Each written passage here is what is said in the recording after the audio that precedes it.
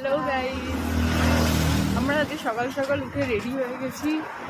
এখন আমরা পুজো দিয়েছি অমৃতেশ্বর মন্দির। হ্যাঁ, এটা 12 জ্যোতির্লিঙ্গের মধ্যে একটা জ্যোতির্লিঙ্গ। আর এখন আমরা পৌঁছাইনি, হাঁটছি, এখন অনেকটা যেতে হবে। এই যে দিদা, মা আর সবাই সামনে এগিয়ে গেছে, তারা দেখাচ্ছি।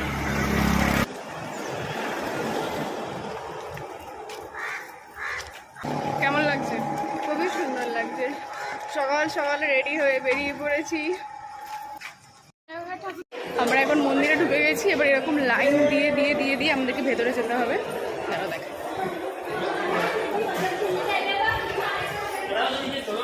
এরকম প্রচন্ড এরকম লাইন আছে।